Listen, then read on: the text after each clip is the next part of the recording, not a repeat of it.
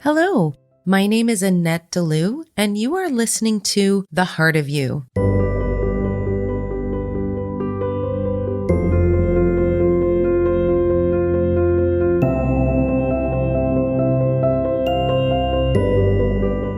Today's episode is really special, especially if you're somebody who really wants to dive into your creativity, but you really don't know how or where to start or what to do. Today's guest, Montine Blank, is the founder of Intuition Painting and a certified transformational coach. Montine, thank you so much for joining me today. Thank you, Annette. I'm happy to be here. Wonderful. Can you give our listeners a little idea of what your spiritual journey has been about? Absolutely. And I have to say, my spiritual journey started about 22 years ago when I discovered this work, this means of painting and creating from intuition. And it opened up a whole new world that connected to spirit for me. I was probably much like many people who will listen to this podcast, working a job that was paying the bills and impressing the parents. And I was on the path that had been laid out for me. And I was waking up sometimes in tears before I went to work, knowing that I was a fish out of water. Does that make sense?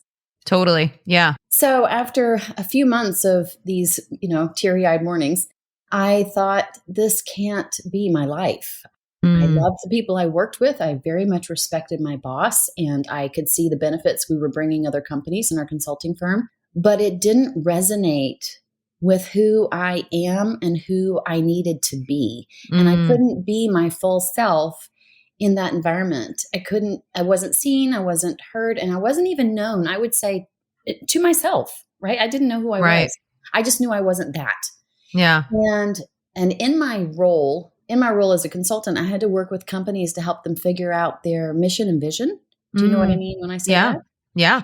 And so I had the tools to do that for companies, and I decided to try it on myself.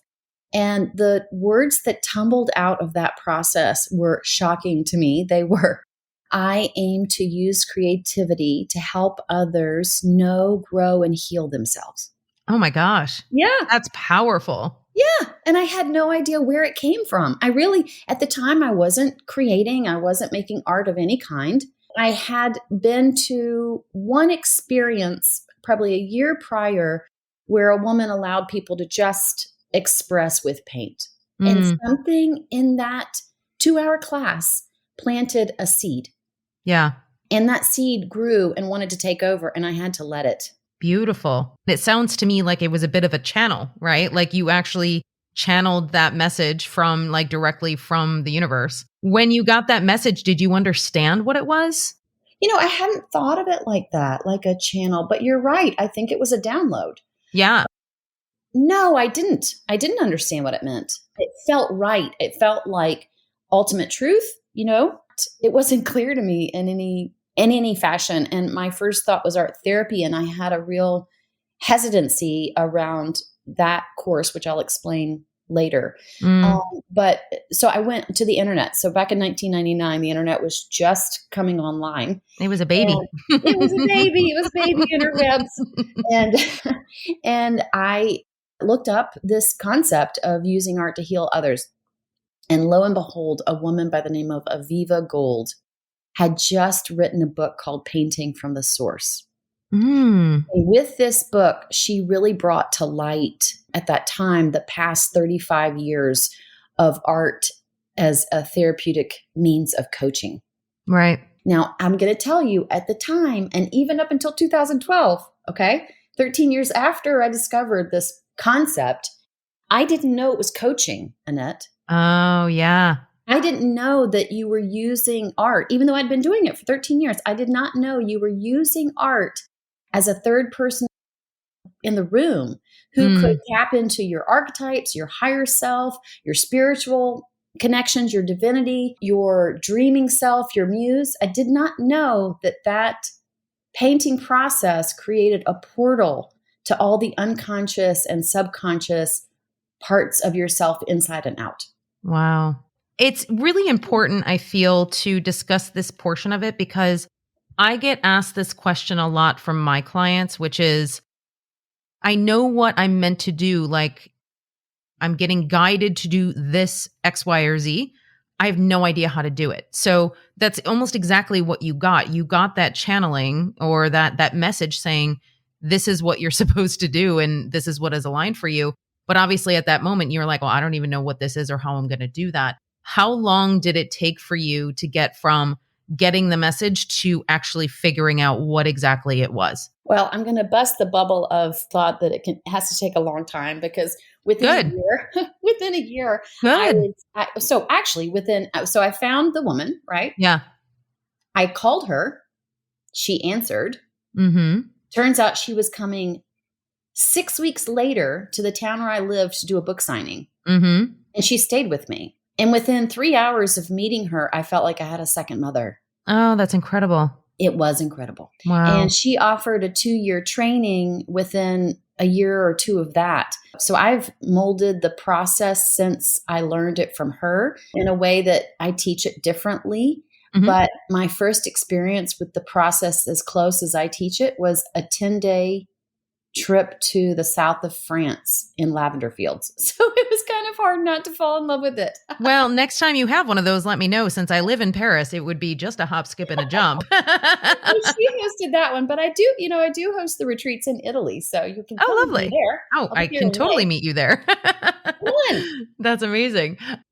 I'm really glad that you mentioned that because I do always say that everybody's journey is unique and different. So, whereas it may have taken me 4 years to figure out how to put all of my tools and gifts together, it could take somebody else 6 months or 5 weeks or 6 years. It just depends on what your journey is and where you're going. So, it's good to know that, you have that experience of, well, actually, it came together rather quickly in comparison to everything you hear, right?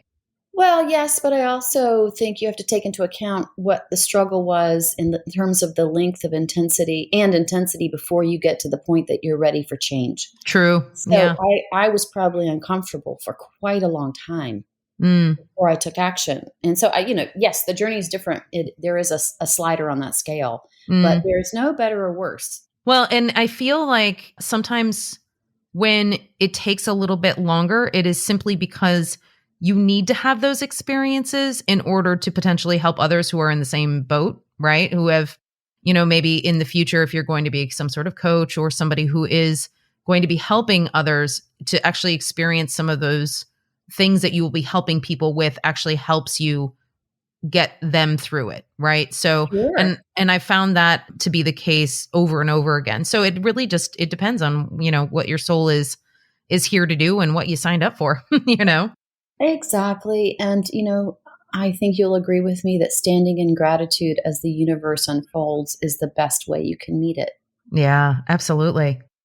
So that's sort of the origin of intuition painting. Can you tell me what exactly it is? Yeah, I guess we should get to that part. It's in the name, right? Mhm. Painting from intuition, but it's very hard for people to grasp that. And I find time and time and time again that people go through the process and turn around and look at me with bright eyes and say, I had no idea. Mm.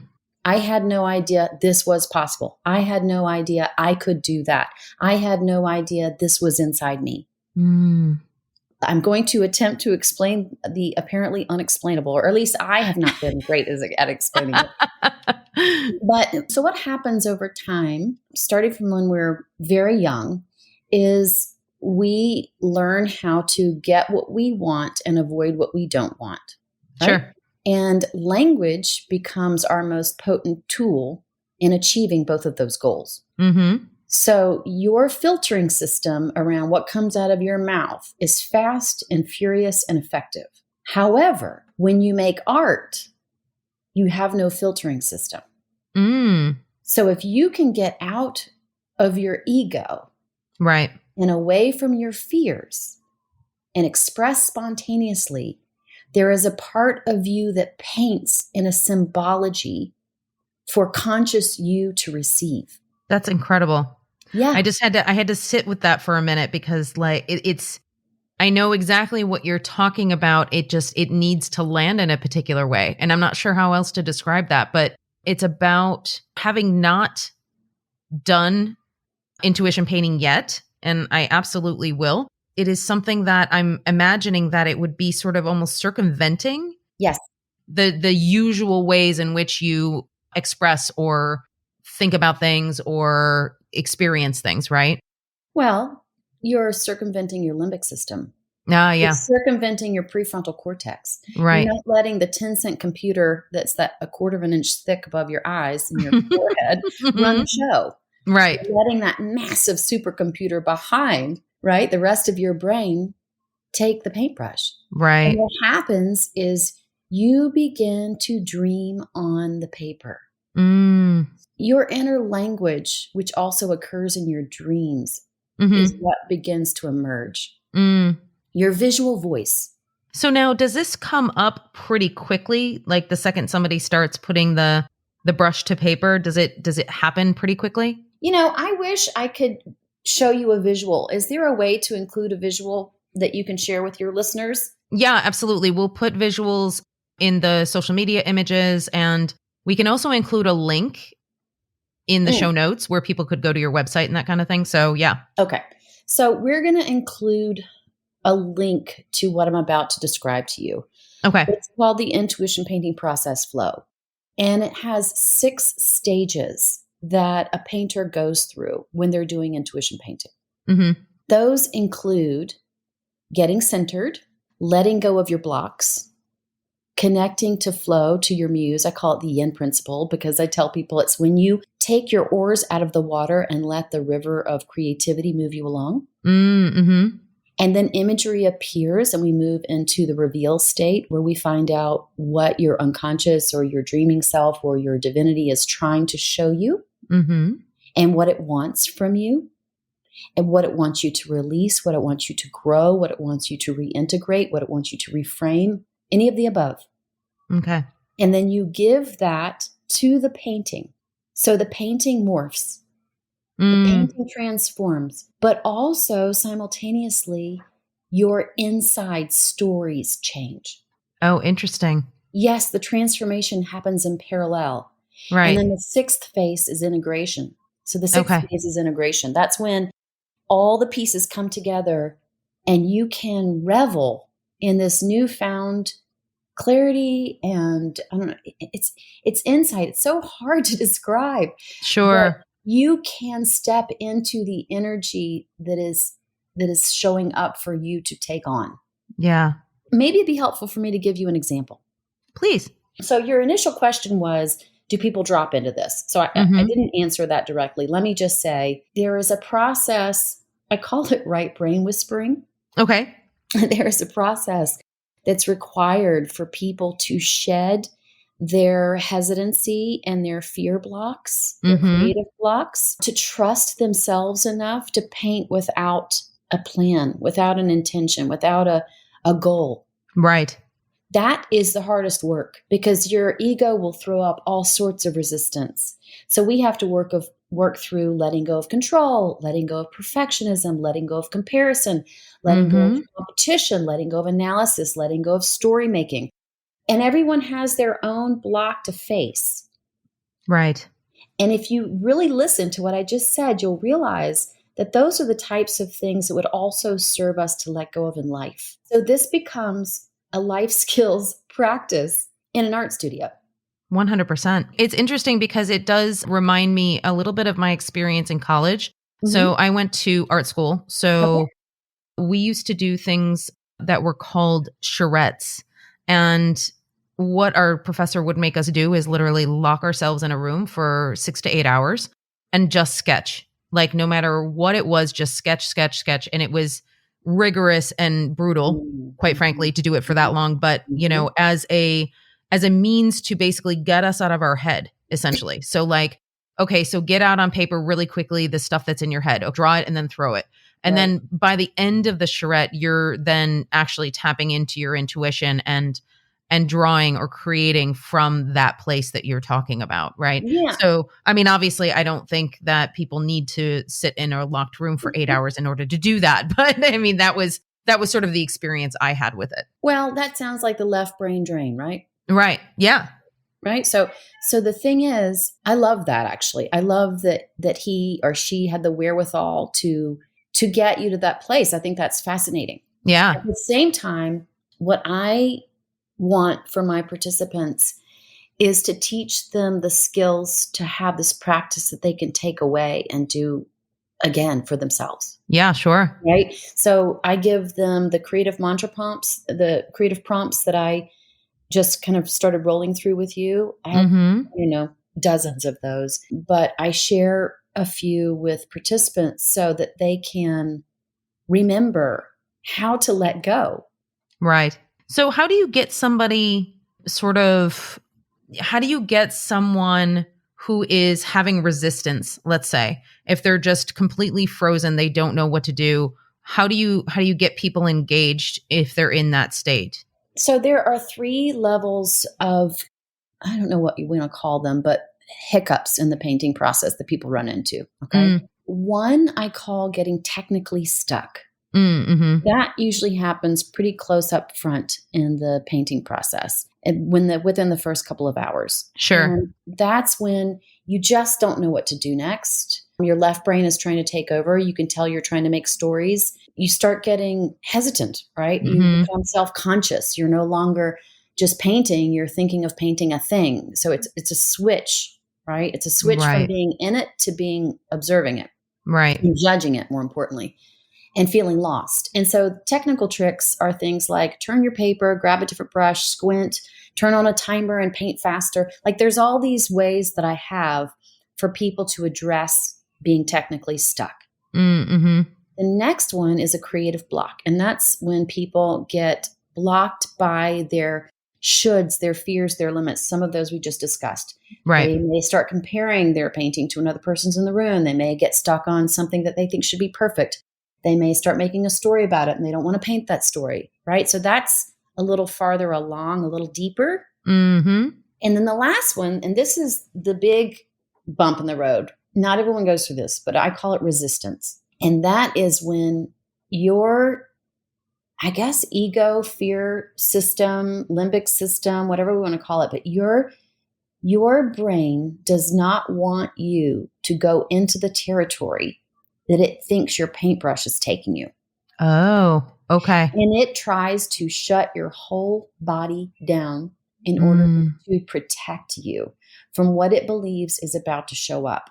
So it's crazy in that people will just all of a sudden have to take a nap. Wow. Need chocolate. They'll feel like they're starving even though they just had lunch. They'll have to make a phone call.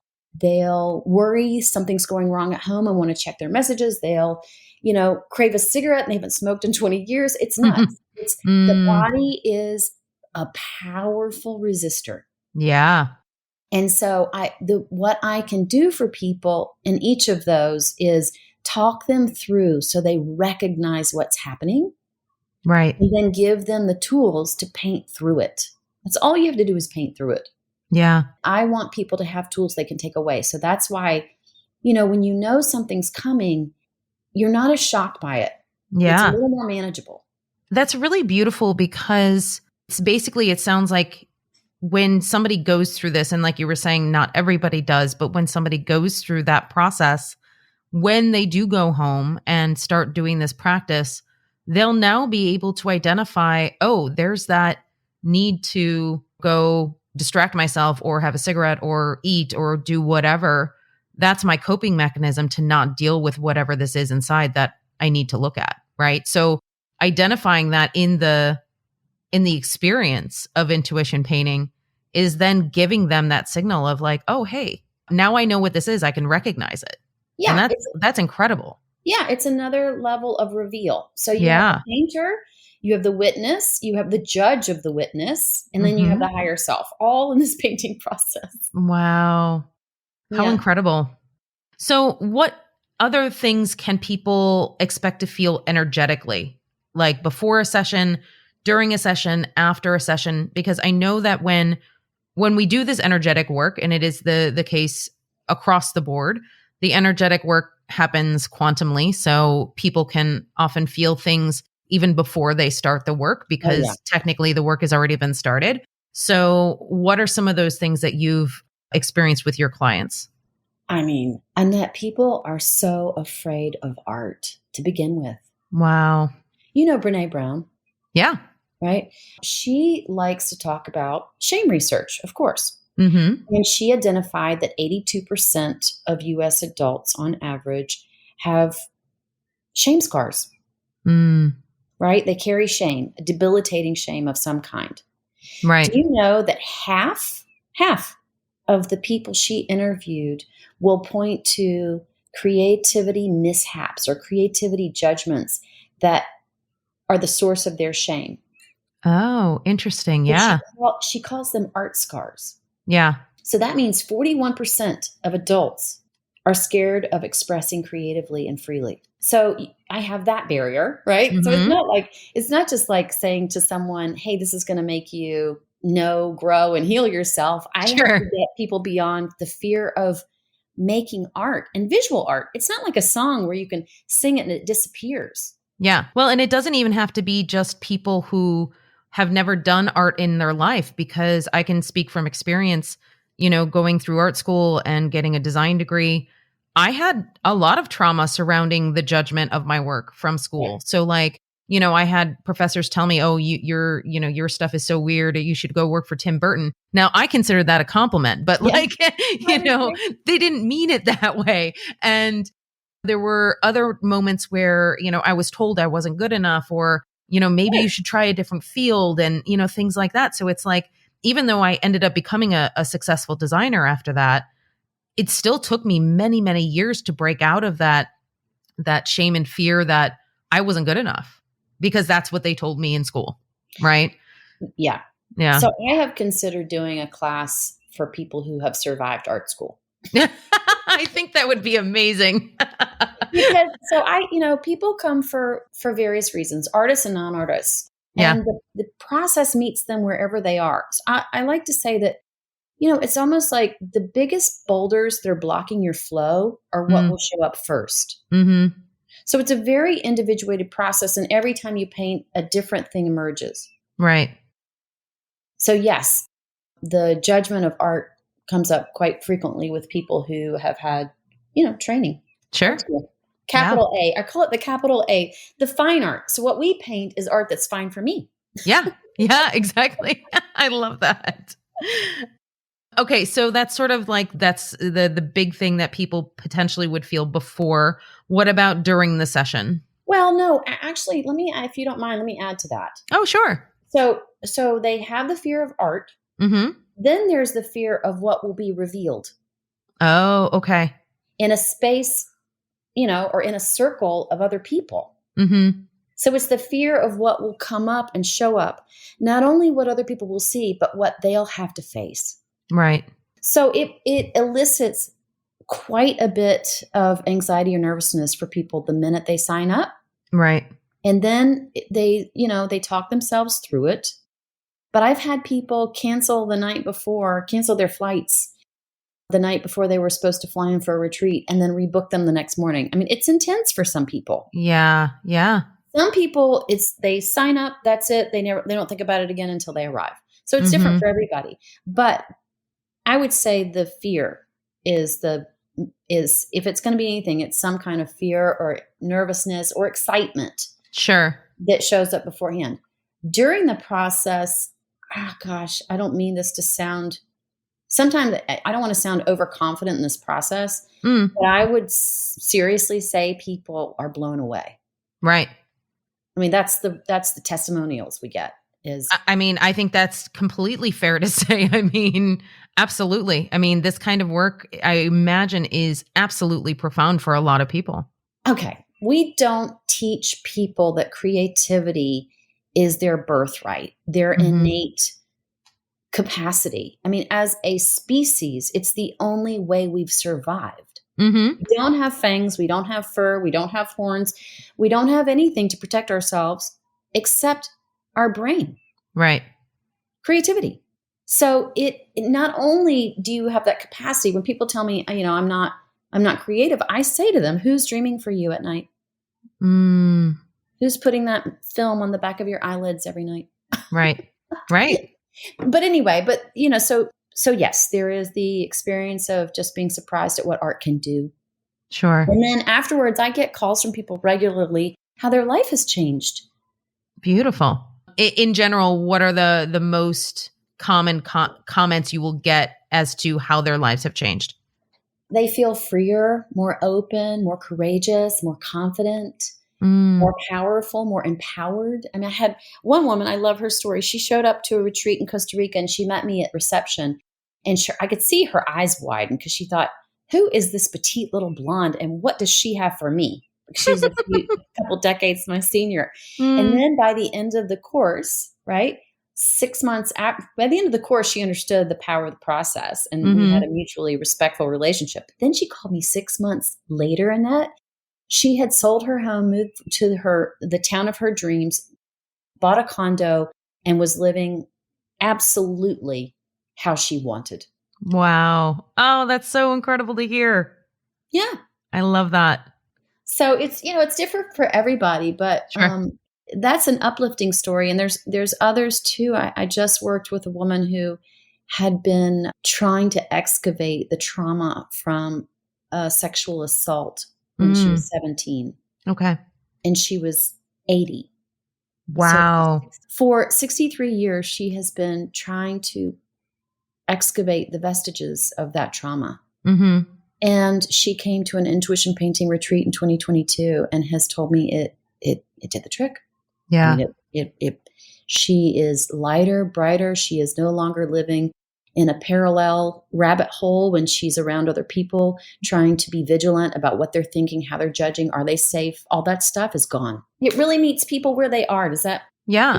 Do people do a lot of purging during the process? So meaning that, they feel the need to cry or sort of get those emotions out? And if so, how easy or hard is it for people to do that amongst the circle? So the thing that I love about intuition painting is how gentle it is in spite of being immersive. Okay. So you could work through serious stuff and be laughing. Oh, I love that. You could also be wailing Right. and then laughing Right. because it has there is a tightrope that stays in everything is okay land. Mhm. So even if you dip down to an emotion that needs to be expressed, the only way around it is through it. So even if you go to an energy in your body that needs to be released, that's the way we work through it, is this concept of release or allow in. Right. So emotions aren't scary. Emotions can't hurt you. We're in a safe space in the circle where witnessing is the part of your job, Right. is being a neutral witness to whatever happens and not having to save anybody's day. So there's a lot to be learned about caring in a healthy way for others' others emoting, others' emotional Mhm. processes. Mhm. So, I mean, you have to stop me because I could go on. Oh, no, it's totally I know, I love it. We're talking about the release right now. Yeah. I'm curious about the other end of that, which is, let's say somebody has been through the release. If we're talking about a retreat here, I'm assuming you're having multiple days of sessions. Let's say somebody has been through the release and is now moving into a creation energy. What does that look like? So I think I'd have to back up and say, remember I told you there are 6 phases, right? Right. And the phases are kind of along a timeline because, and this is usually surprising to most people, and I haven't mentioned it yet, but you paint one painting the entire time. Oh, interesting. Right. So unlike most creative experiences where you can throw it away and throw it away and throw it away and start over and start over and start over, that's how you meet your barriers. Okay. That's how you meet your blocks. And the painting grows organically. So you stand up and paint, and sometimes the paintings are as large as a door, if not bigger. Mhm. We paint on 8x4 easels. Okay. So because of the way the process happens, first timers follow along that path in a fairly parallel time sequence. So there's not you're not on a retreat where people are popcorning, they're emoting. It's Okay. more like you build up to a place, right? So you go through centering, letting go, connecting, revealing, transforming. So that reveal and transform piece is where you have the most visible emoting occur. Okay. It's like everybody just goes through the ringer. It could at the same Sure. time. So it could be the ringer of joy. Right. It could be the ringer of anger. Mm-hmm. It could be the ringer of regret, but it always ends up in greater self love and relief. How much of that is naturally occurring in that cycle, in that flow, in the group, and how much of that is almost guided by the prompts that you're giving them, by the guidance that you're giving them? So the guidance that I give is non directive. Okay. However, when we get, because I understand how the timing works, when we get to about 4 hours to 5 hours of painting time, I know people have spent enough time with their paintings for a lot to be invested in what's on the page energetically, Mm-hmm. Mm-hmm. right? There's enough there for people to read the book that's been presented, right? To read Mm-hmm. the meaning, to reveal. So because I know that they're far enough along to get information from what appeared, my questions shift and the tools I use shift to allow them to decode the imagery. So when somebody is painting, if it is something that's more abstract, is there still that decoding that happens? It doesn't matter if it's actual, like an Oh actual physical thing yeah, or not? yeah, yeah. Okay. You can have, so there are no accidents, no mistakes in this process. It's one of the prompts. And so I have had times where a paint splot had the answers for me, Yeah. right? And it was Yeah. as if something was painting through me, Oh, that's and it great. became like a Rorschach ink blot. Right. Well, there's a reason why they used them, you Yes, know? that's right. Okay. So if someone doesn't consider themselves artistic or creative in any way, which I would challenge most people to say, I think everybody's creative in some way. But if they don't consider themselves to be that way and maybe they think, oh, I don't need creative things in my life, what would you say to them in terms of how it can benefit them and their soul and just their everyday life?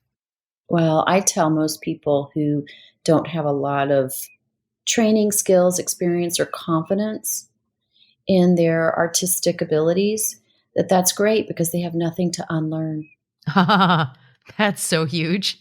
right? That You is know so what that huge. means. You know what Yeah. that means. Yeah, I know what that means on so many levels. I that's mean, right. just being here in France, I have spoken about this before, the challenge of speaking a new language. And I've studied French since I was very young, Mhm. but the way that I learned French is completely different from the way they speak it here. So I Mm. have to unlearn all of the habits that I Mm. created when I was Mm. younger.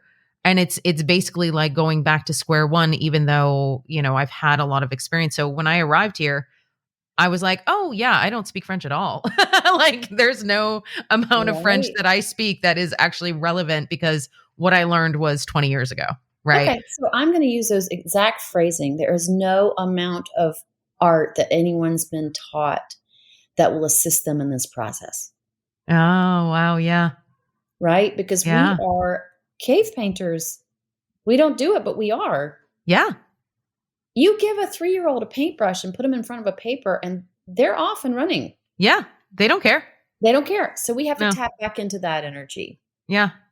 I That remember I used to paint all the time in the backyard, but like, I would grab dirt, mud, grass, like paint, like all Yep. the things that were around me. I just like throw it on the canvas, like, yeah, when you're a kid, you don't care. Yeah. So this is not about the art. This is about the process. It's not about the product.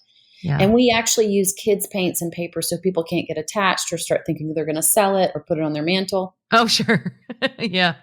Now, that actually is a really beautiful segue to the next question, which is obviously if you're in this circle, and I truly do believe that in these types of retreats or circles that people create, that everybody sort of energetically gravitates toward each other at certain times. So whatever group you have at any given moment, is definitely divinely guided to be there. So, what are the benefits to being able to share that experience as well as the art with the other people in the group? I'm so glad you brought that up. I am delighted on a regular basis. It's like I feel like a kid in a candy shop with every Mm, circle that I lead because it is always clear sometime during the process, but at least by the end, why those people need to be in that room together. right. It's bizarre and beautiful. Yeah. But you'll have, in Italy last year, no, 2019, I had two couples in relationships that showed up and they had, I don't know how to explain it, but they had a similar love, right, Mhm. within their partnerships. Mhm. And one was a couple of decades older than the other. And watching them learn from each other and see the future and remember the past. I mean, I could tear up thinking about it. They Wow. bonded and grew in appreciation for their own relationships. I don't know. It was a really special thing to watch. And then Yeah. other times I have people show up that 5 out of 8 people in the room have had similar experiences that they're dealing with. Mhm. It's magical. The people that show up and how they show up and what they get out of it, you can feel it why they're there at some point. Those synchronicities are what makes what we do on an energetic basis just so joyful. It's like to Yes. see all of the synchronicities fall into place. Yeah, it's incredible to see. It is, and it's why I tell people, they go, "I don't know if I'm ready to do intuition painting." I said, "Then you're not." Because Yeah, you will feel the call, and right. that call, I think, is what, gets you there and what gets the other people there with you that need to be. Mhm. It's a knowing, so you just feel it. Yeah. Now, I know that you give sessions online as well as in person. What would somebody notice in terms of differences between the in-person versus the online courses? Great question. In-person experiences have a connective power that's different from online because you can hear the paintbrush of the person beside you. Mm, You witness their entire process. You walk by when you're getting paints and you are able to pay attention to what's happening. You might be encouraged by something you see. You might be impacted by something you see. You are attuned to the energy of the group and each individual in it. right. So your process, however, is quite similar in Okay. all of the experiences. It's richer and more deep and more complex in a circle. Sure. Online, you can get to a large extent, you will get to the information you need, but the imprinting that it can do on you is greater in person. I can imagine. A lot of the resistance you were talking about earlier, the blocks, all of those things, are they easier to hide if you're in an online course versus in person? I wouldn't say they're easier to hide. I would say people are more likely to deal with them on their own Okay, got it. rather than because I think getting to your computer screen and saying, "Hey, I need help," and knowing that everyone else hears you, I don't think is as easy as being in a room and saying, "Hey, Montine, can you come over here?" Yeah, So I think there's the spotlight is a little different with those kind of things. So people probably work through it a little more independently. sure. And the thing that I like in a circle is while the person next to you might be dealing with comparison or not knowing what to do next in their painting, and that may not be where you are in the moment, it gets tucked away for when you do get there. Right. So you learn more. It sounds like also if somebody is maybe reticent to do an in person circle, that maybe doing one online would help them get that exposure to Sure. then take the next step into an in person course. Yeah. I mean, this process, it's hard for people to believe this, but it works even if you don't do it right. And No, that makes total sense. I just had that example. I just had that example. So I Yeah. have been trying for a number of years to work with the veterans community, and Hmm. we finally got funding, and I just finished an online course. And Oh, one, congratulations. thank you. It was beautiful. One of the participants in particular, though, just had some complications with what was happening in their life, so that they couldn't really do the painting process in the way that I teach it. Mm, And instead of doing one painting, they ended up doing 5 paintings. And instead of being able to do the last embodiment process, they couldn't. mm, And at the same time, they still stood in front of their painting and said literally this: the painting is telling me it's life. It is the life force. And it wants me to create more, and that I need to let myself be consumed with my creative passion the way it used to be. mm. And then later, 5 minutes later, he said, "Excuse me, I'm sorry. I need to be more transparent. I need to be more honest and share something with the group." And we said, "Sure." And he said, "It wasn't life force. It said it was God, but I'm Mm. an atheist. And so I don't know what to do with that." Oh, wow. Yeah. Yeah. Wow. Yeah. That's Yeah. incredible. Spine tingles, right? Energy doesn't lie. It never does. And so when you have that energy flowing through you and you are in that space, Hmm. it's going to, like you said, it's going to take over. It's, you can try to get in the way all you want, but it's not going to happen. Right. So No, that kind of speaks to what you were saying earlier about it's going to happen regardless. Right. It's it will, just, yes, it yeah. will ultimately be revealed. Yeah. Yeah. In its It's fullness and in its truth. Yes. because I kind of feel that a lot of it has to do with just basically us and our egos and our human selves just getting in the way. I mean, it's always there. It's not like it's all of a sudden here where it never was here before. It's always been there. It's just a Oh, matter yeah. of uncovering it, right? Oh, yeah. Oh, yeah. Oh, yeah. Yeah. Yes. No, it's so funny. I remember saying this to a friend in the fall. I said, we walk around and say, and then the universe just opened up to me. And I thought, that's backwards. We opened up to the universe. The universe was always there. Yeah. It was you know, always open for business. universe has been here like going, "Hey, I'm here.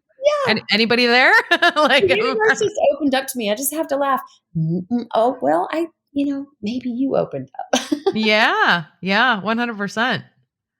Well, I mean, they don't call it an awakening for nothing, you know? Yeah, absolutely. You're doing all of these amazing retreats. What do you have coming up next? So, mid-March, we have an intuition painting in person in retreat. It's a 4-day long weekend retreat. Then I start intuition painting facilitator training Mhm. in late March. And then in very end of March, early April, we double back and do another intuition painting in-person retreat in Joshua Tree in a magical private ranch on 5 acres and a wildlife corridor backing up to the Joshua Tree National Park. Oh my gosh, that sounds incredible. Yeah, it is. It's a stunning location, and you get to see the constant changing sky.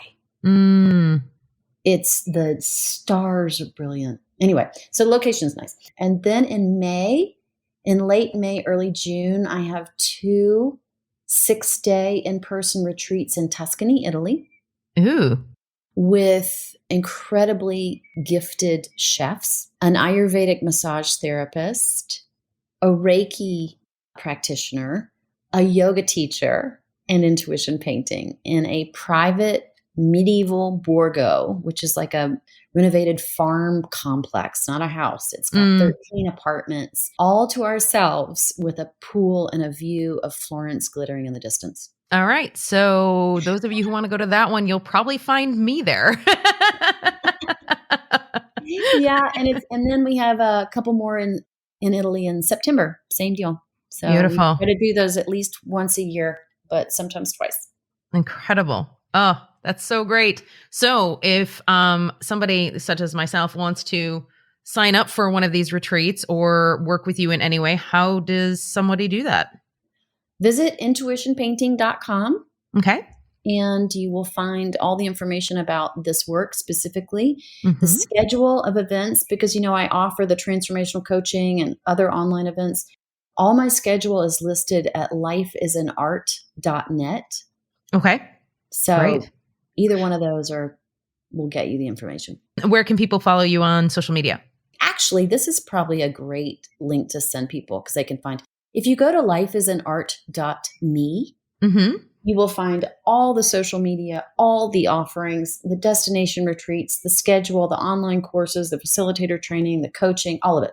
Okay, The great. veterans program, the scholarship program. So for every person who comes to a retreat, they are giving a person who can't afford to do this work the opportunity to take an online course with me. Oh, I love that. Oh, Mhm. that is so good. It's called, are you ready for this? I love this. It's called Paint It Forward. That's so cute. Oh my God. I'm such a cheeseball. I love it. Oh, that's amazing. Wonderful. Okay. So that is Life is an Art,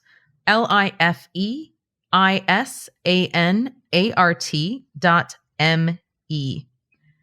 Yes. Montine, it has been an absolute pleasure to speak with you today. I cannot wait to join you on one of these retreats. It just sounds like such a transformative experience. I'm going to be so happy to host you, and we're going to have to carve out time before or after just to hang out because you are a Absolutely. blessing. What a gift this has been. Thank you for your time, Annette. Thank you so much. I want to thank you for joining me today. And I look forward to walking this journey with you and pointing the way on your spiritual journey. If you are interested in learning more about me and the sessions that I do, feel free to go to my website at infinitesoullove.com. On all social media, Facebook, Instagram, TikTok, and YouTube at Infinite Soul Love 1111. Hey, and if you feel called, I would love it if you could rate The Heart of You on whatever streaming service you're using, whether it's Apple Podcasts or Spotify. Please take a moment, give it a review. It really does help the channel. Thanks so much.